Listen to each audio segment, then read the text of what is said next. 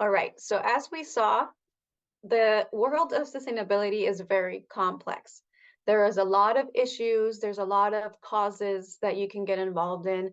I have a few here. You all mentioned so many more that all play a part in sustainability.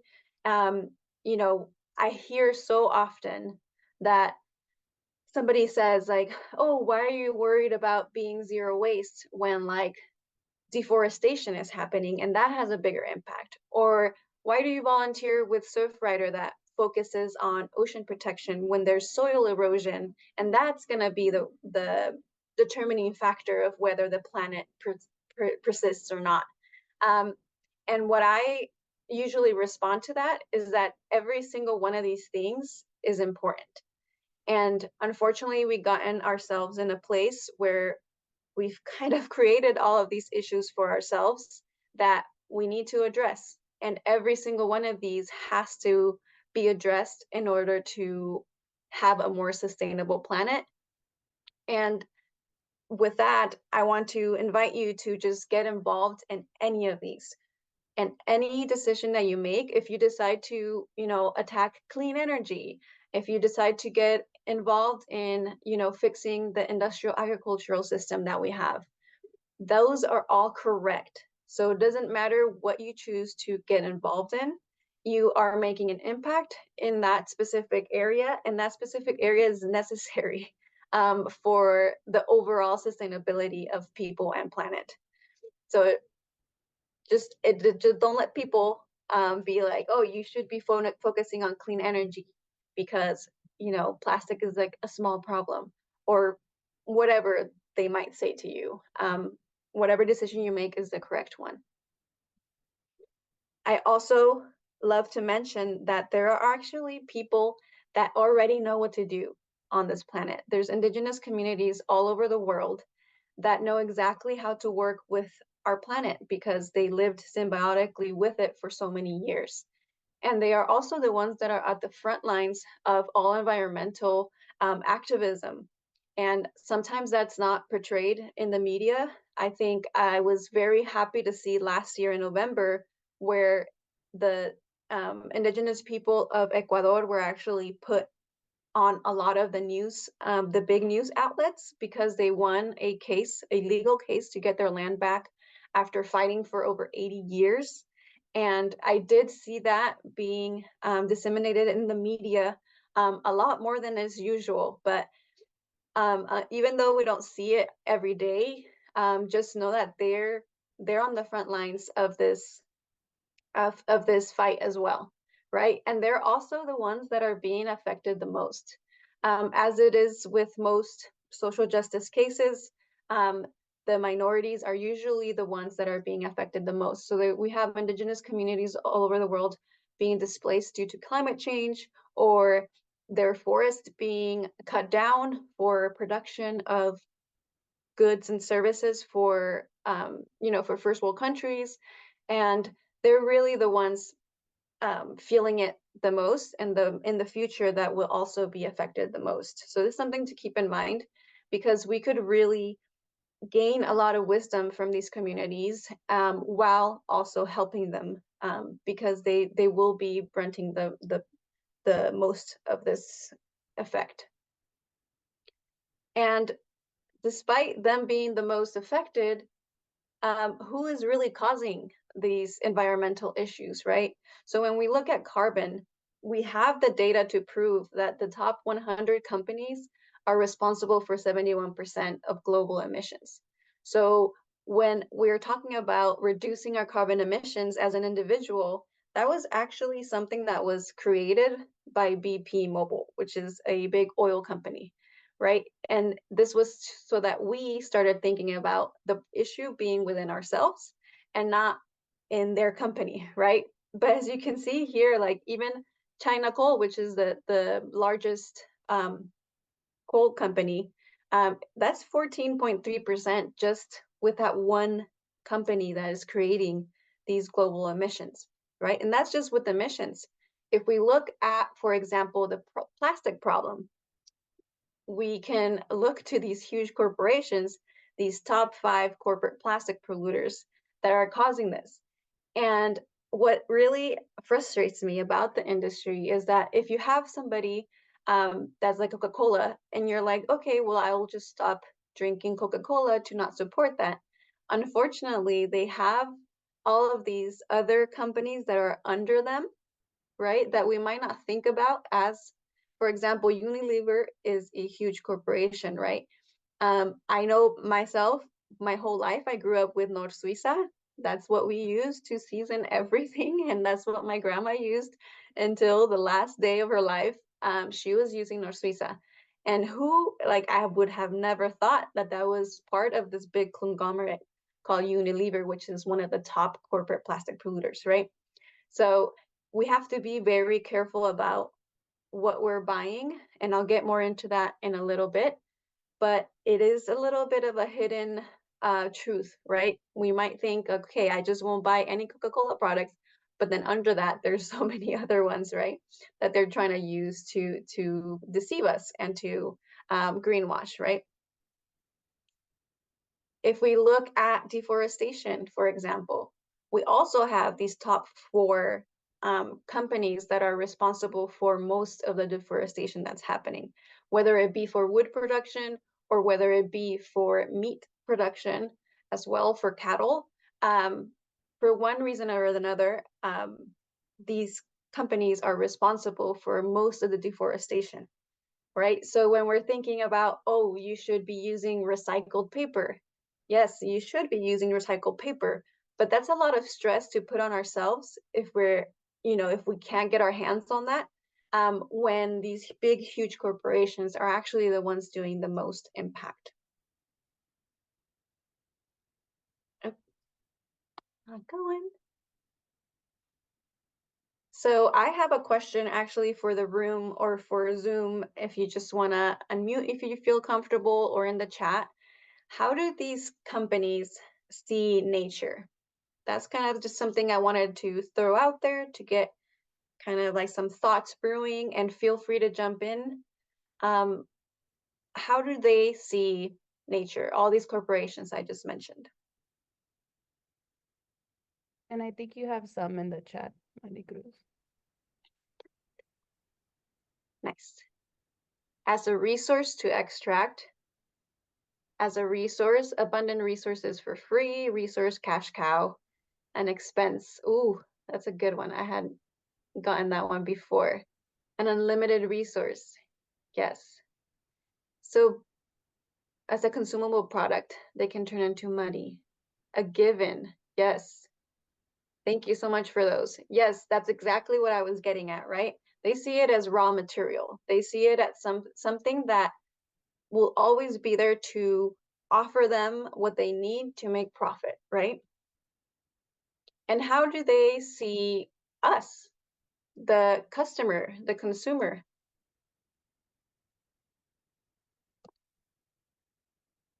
Money.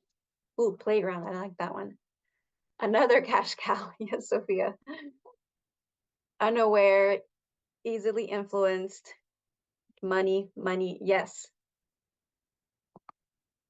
So, yes, they see us as just a money-making opportunity, right? And I think somebody mentioned easily ignorant can make profits fickle. Yes. So in this world that we live in right now, we have some marketing tactics that are really good.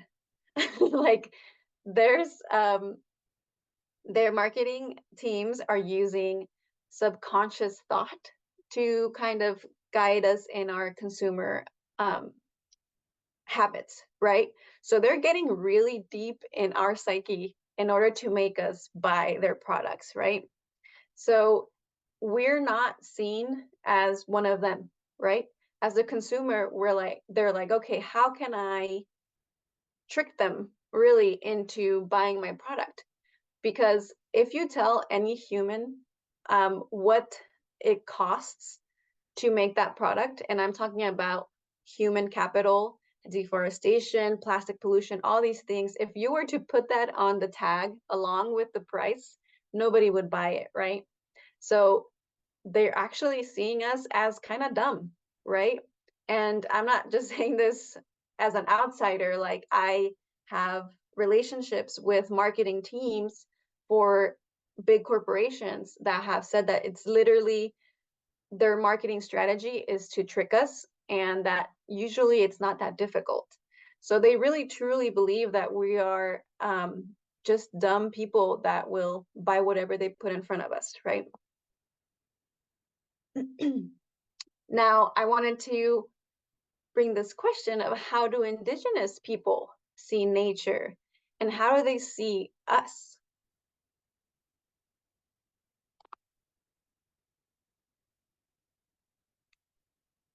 Spiritual connection. Yes, partner. A lot of different ways. Yes. Relatives. I love that. Provider. Mm-hmm. In relationship. Yes, we're a team, right? Maricruz, we had someone, do you want to mention louder? Can you hear me? Yes. All right. I said, they see us as, like, younger siblings and second peoples as opposed to first peoples. Mm-hmm. Nice. Anyone else in the room would like to share anything? Interconnected. We got interconnected as well. Mm-hmm. A direct connection to the ancestors. Yes. Mother. Yes. So indigenous people have always seen us humans as part of nature, right? Nature, the planet, is our mother, and we are all interconnected in that way because we are part of nature, right? There's a lot of talk sometimes where uh, we talk about how humans use the earth, right? And how the world would be a better place without humans. But I want to challenge that. And I actually have a video to share with you. Oh, actually, let me first tell you about my experience because it links directly to the video that I have to share with you. So I actually had the privilege to visit Chiapas in Mexico. And just as a little background, I did grow up in Mexico until fourth grade. So I learned the history. Here you have pictures of the Zapatistas. This is a movement and a people that live in Chiapas, Mexico, mostly. And growing up, when we learned the history of the Zapatistas, we always learned that they were violent criminals, right? That they were people that we should not look up to and people that we should be afraid of.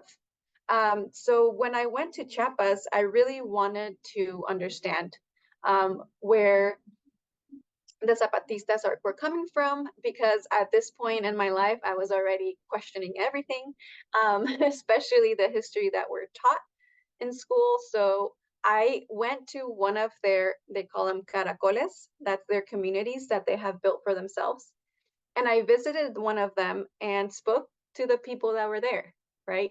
Of course, it turns out that they're actually amazing people. They're amazing communities. And all that they have done that is seen as evil or as wrong is that they want to remain completely autonomous from the Mexican government. And honestly, can you blame them? I mean, we're trying. Um, they're making their own food. They're growing their own food.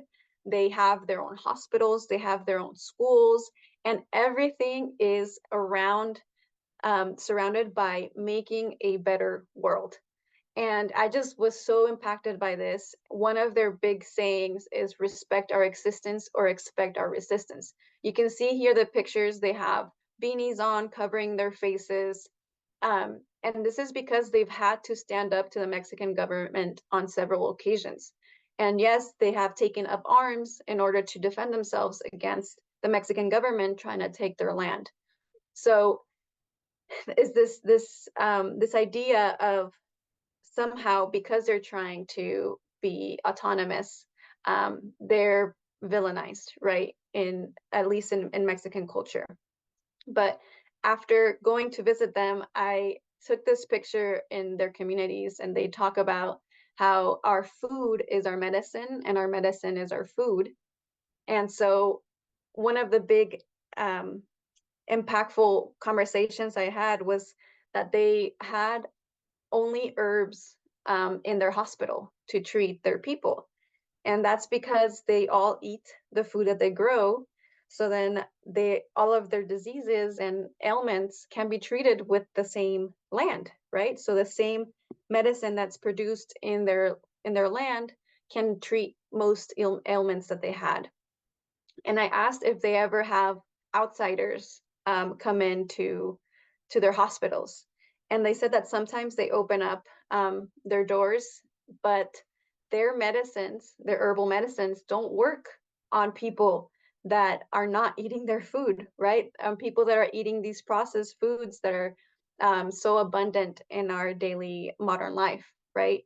So to me, that was so impactful because at the end of it all, they're like, you know what? But if that's how they want to live, that is fine. We just want a world where a lot of different types of worlds can exist. So, un mundo donde quepan muchos mundos. Like, they're not trying to fight, they're just saying um, everybody should be able to live the life that they want, which I thought was really impactful. I also think this is a great example of how humans can work with the earth rather than against it. And so now we're going to get to this video that I wanted to show you.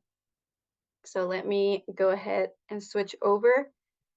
We are going to watch about 2.5 minutes of this. I really want to highlight an Indigenous person talking about these things rather than me just telling you what I've seen, right? So we'll play this. Hopefully you can hear it.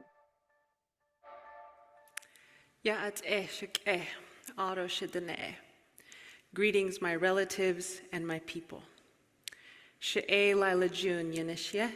My name is Lila June.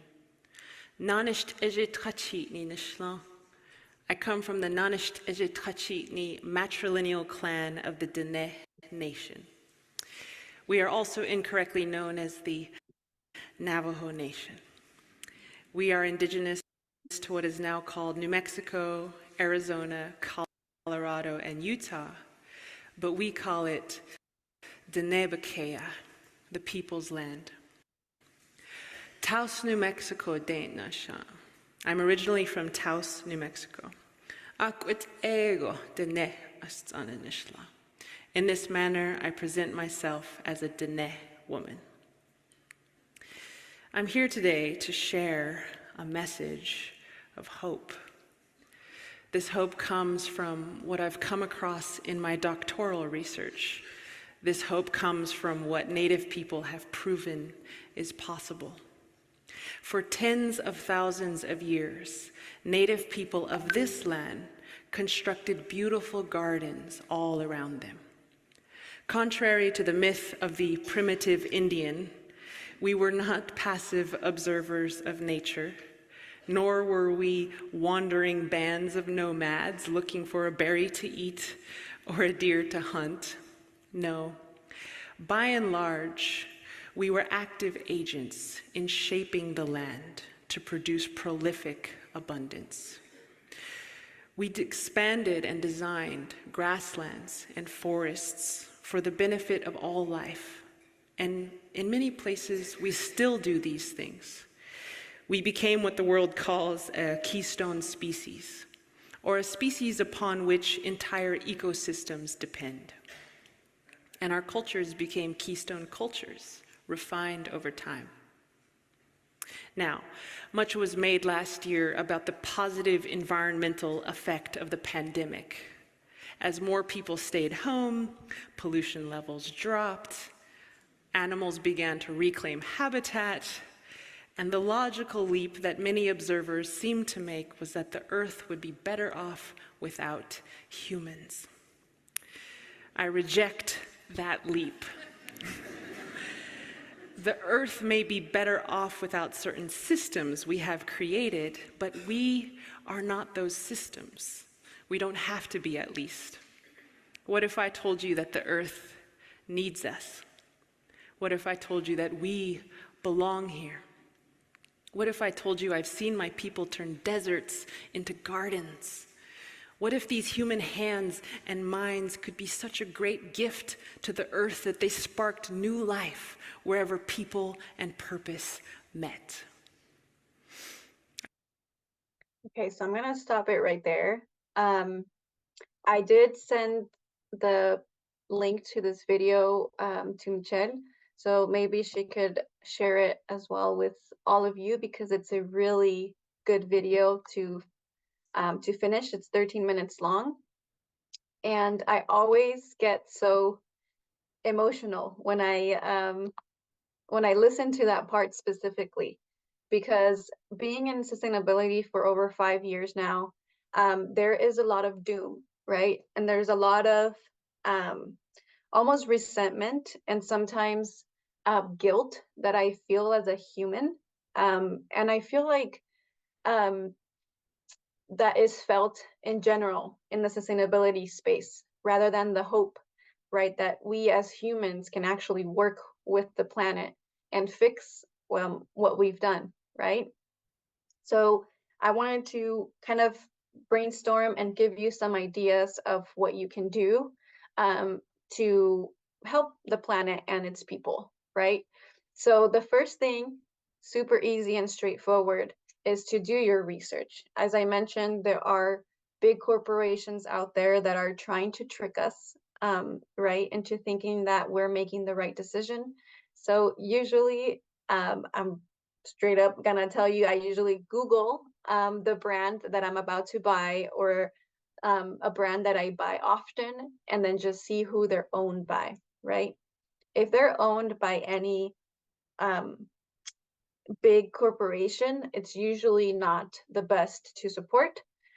Just in general, if you get to a certain size of a business where you can no longer have a sustainable workflow or a sustainable supply chain, it just gets to the point where you're too big to even have a sustainable possibility. So when somebody like Coca-Cola or Unilever says that they have a sustainability plan, that is impossible. And I get pushback on this all the time. But it is physically impossible to be that big and to be sustainable at the same time. So a second thing that you can do is support small business. So kind of like in the same idea, right, is that you are voting every time you buy something, right? Every time you purchase a certain toothpaste, you are voting to see more of that type of toothpaste being available in the market, right? If you are choosing to make your own, I don't know what example I'm going to throw out today, making your own jam, right? Rather than supporting Smuckers for some reason, you know, that is making a decision for there to be less brands like Smuckers, right? That are bad for our health and also bad for the environment. There's also a lot of cool businesses to support. So I feel like once you start getting into that, supporting small business being your first action, you kind of get into a groove and you start learning about all these cool people and businesses to support. The third thing is to volunteer. I know it sounds pretty basic, but there are so many organizations in all of those different fields that we talked about, right? If you want to preserve the ocean, forests, if you want to go into clean energy, there's so many opportunities. Oh, I see a raised hand. I did forget to say that. You can raise your hand or interrupt me. Sophia, what's your question? Hi. Hi. Nice to meet you, Maricruz. Mhm. I just think that I have a few thoughts. Mhm. For example, I'm interpreting some of what you're saying as this is more on the consumer's side, or like the consumer is responsible for their purchases. And like give and take, because yes, everything you're saying, like we can do the research every time we buy something, because yeah, I totally agree. Like when you buy something, it is a vote to see that in the store you're buying from again. But to a certain extent, there has to be some policies in place to make the producer responsible, because it can't all fall on the consumer. And I think this also ties into there being a equity, like an environmental justice and accessibility point or piece, because sometimes I've like put that pressure on myself to be the most sustainable possible, or like zero waste, but sometimes the most sustainable or zero waste option is the pricier one, or Right. not the most accessible. So Absolutely. yeah, just wanted to know your thoughts on that.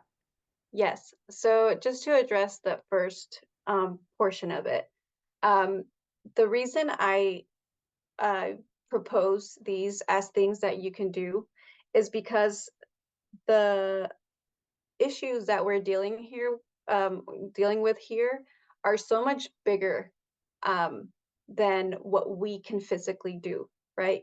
We can't go and make Coca-Cola stop producing plastic bottles, right? We can't go and make China coal stop coal production or oil production, right? So these are things that we can do individually and indirectly affect those bigger issues, right? So by not supporting Coca-Cola, we're gonna bring the demand down and work in that way indirectly to affect their business model, right? Of course, you mentioned policies, right? Unfortunately, there has been a push for policies over and over again. I mean, for hundreds of years, ever since we had a government, there's always been a push and there's always been activism, and that continues to happen. But we've gotten to a point where we can't just rely on the policy. So just like I mentioned that all of those different parts of the industry need to be worked on, this is another one of those things where, like, yes, we need to vote for certain legislature to go through and all those things, but we can't just do that, if that makes sense. We have to do that and this because this is actually attainable. As far as the equitable piece, this is also why I kind of prefaced this whole presentation on how it is the big corporations that are doing this, right? It's not us, because that could really cause a lot of stress on us. And like you mentioned, there's people that don't have access to these things, right? Growing up low income, I was not gonna buy the more sustainable, eco-friendly packaging for $5 more when I could get a full bag of hot Cheetos, right, for less than $1, right? Back then when I was growing up. It just doesn't make sense. Same thing with a lot of our consumable products, right? It's kind of ridiculous the amount I pay now for toilet paper even, right? Because I'm trying to make the more sustainable choice. But with that said, if we are able to do sometimes the sustainable choice is free, right? The sustainable choice to make it yourself or to even just not buy a certain thing, right? Um, Looking for those opportunities, I think, is the best that we can do. And then doing our research and supporting who we can support and are able to. And then also this volunteer section is more for, this is a free option as well. I know it's not a perfect solution, Sophia, and all of your concerns are totally valid. But I feel like if we just put up our hands and say, it's not on me, um, we're not going to get collectively to the place where we need to be. Did Yeah, that answer your question? yeah. I agree. I just think that we just got to do the best we can, like in Yeah, what's most accessible. But for yeah, sure. thank you for that. For sure. Yeah, thank you for that question. Yeah, so these are kind of my my points here of what you can do, just because that's, in our reach. And of course, don't stress yourself out if you can't support small businesses, or if you don't have time to volunteer, or even if you don't have time to do your research, as long as it's kind of like in your mind, and you do the best then you can do.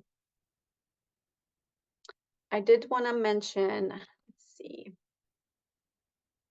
that a perfectly free and like perfectly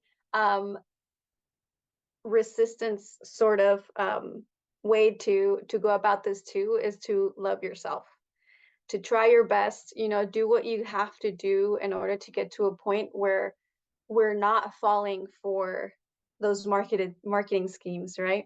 We're not falling for just believing everything that we're told, even if it's coming from a place of authority. Always question everything. I think when we begin to doubt ourselves, or we begin to doubt our worth, that's when we start getting into trouble, and that's when we develop as a society into where we are right now, right? A highly consumer driven society, and a highly like marketing driven society, right? Whereas if we look at indigenous peoples all over the world, they take care of nature because they love the planet. Like it's love at the end of the day that will really get us back on track, you could say. I did want to throw in here a case study. Before anyone gets angry at me about anything, this is just something that actually happened, and kind of to drive the point of how our demand does affect the industry as a whole. So just thinking about the dairy industry in 2018, they lost $1.1 billion in sales due to the rise in alternative milks.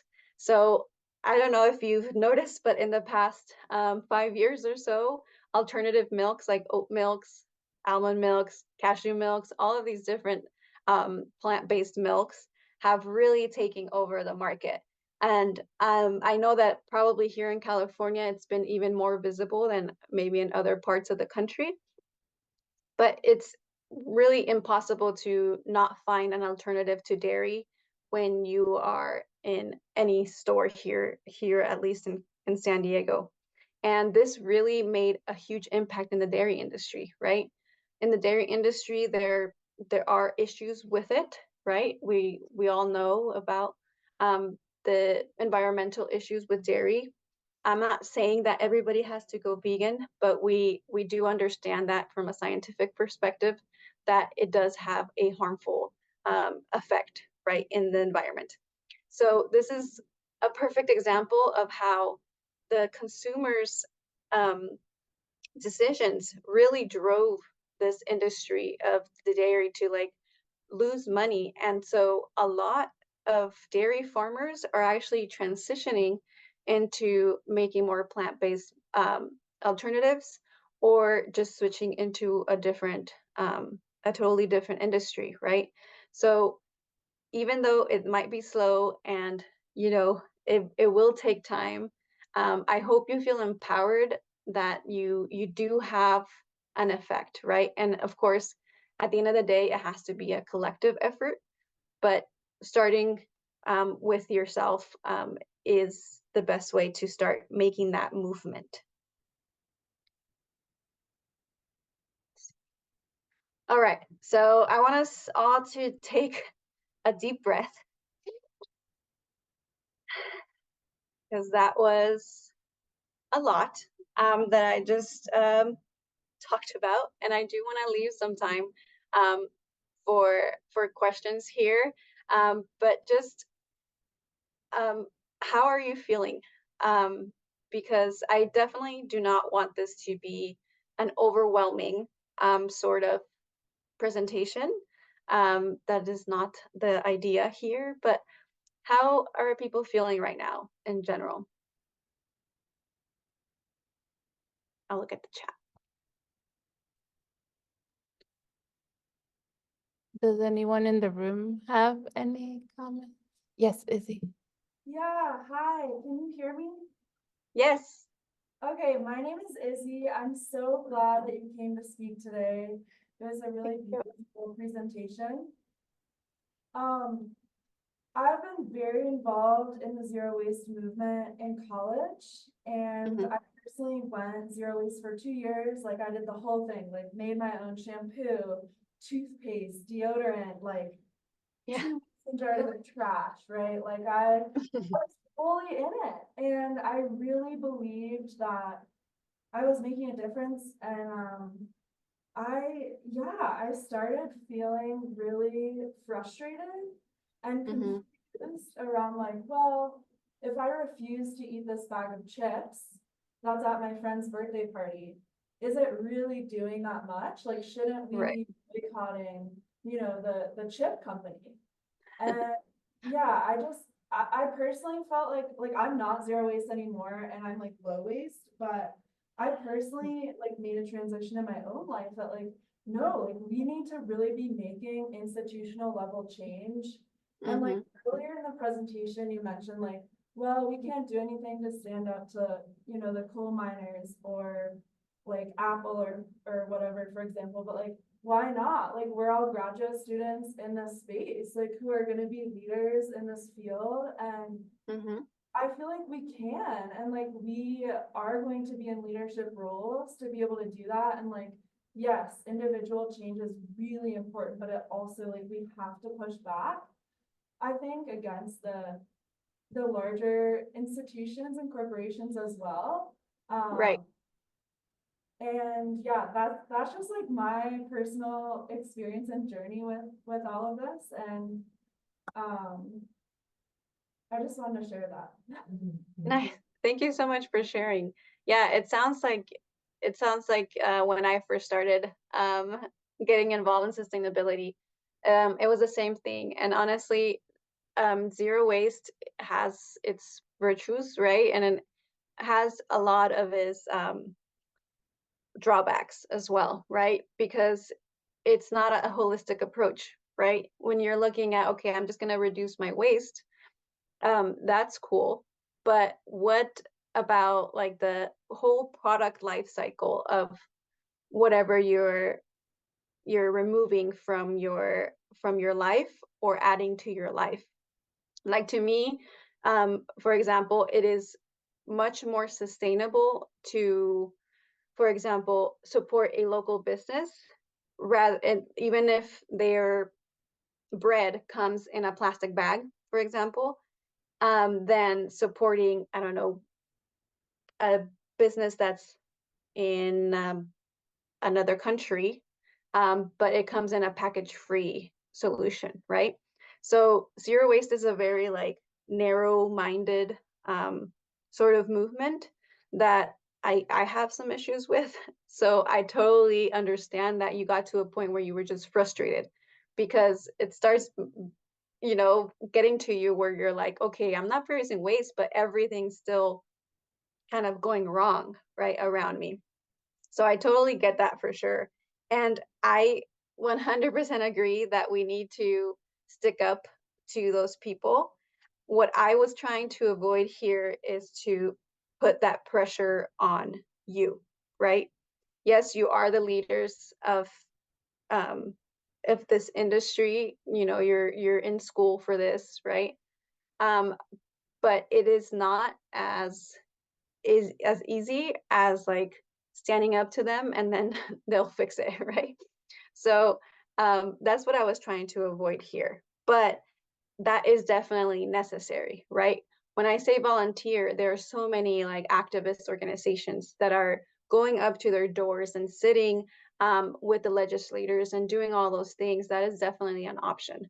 I just didn't want to burden um, people present with that because you will burn out if you don't do it in a sustainable way, if that makes sense.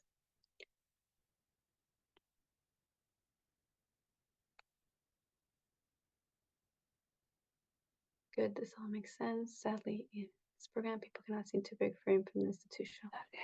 Yeah, it's difficult. We have another in-person, one more in-person comment. Cool. Yeah, thank you so much. This really was a beautiful presentation, and just an element that I think I would add to it is the importance of building communities. And Mhm. the way that building stronger communities can lead to a lot of the sustainability, you know, if you actually know who your neighbors are, it's a lot easier to share resources that might otherwise go to waste. It's a lot easier to inspire your neighbors to take some of these actions or to boycott some of these organizations, and just the trickle effect of, you know, you inspire 3 of your neighbors, and then they inspire, each of those neighbors inspires 3 of their friends, and then you make a really big impact. So that's been kind of my focus of my own sustainability journey, is just the importance of community building, which is something that, especially here in the United States, we're not taught to do. It's very individualist Right. society. So that's what I would add. And thank you again. It's really beautiful. Yes, thank you so much for adding that and emphasizing that. That is part of what we can draw also from Indigenous wisdom, right? They never work individually. It's always a group effort. And I totally agree. You're supposed to build your community because we can't do it alone, right? I don't know if there's the Buy Nothing project in Colorado. Has anyone heard of the Buy Nothing project? Yeah, Buy Nothing Facebook group. Yep. Oh, cool. Yeah, so I all the time I'm on there if I need something and I just rather not buy it. I borrow it from my neighbor. We have a really strong community here where just as a collective we are reducing the need to buy stuff, the need to waste things. All the time we put food on there too so that it doesn't go bad. So yeah, I totally agree. Community really is the reason I focus on small businesses, right? For my business. I'm not out here helping Tesla, right, become more sustainable. Um, I truly believe it begins within your community and in a more localized level. In the chat. Nice. Any other thoughts? I know we're getting close to time here.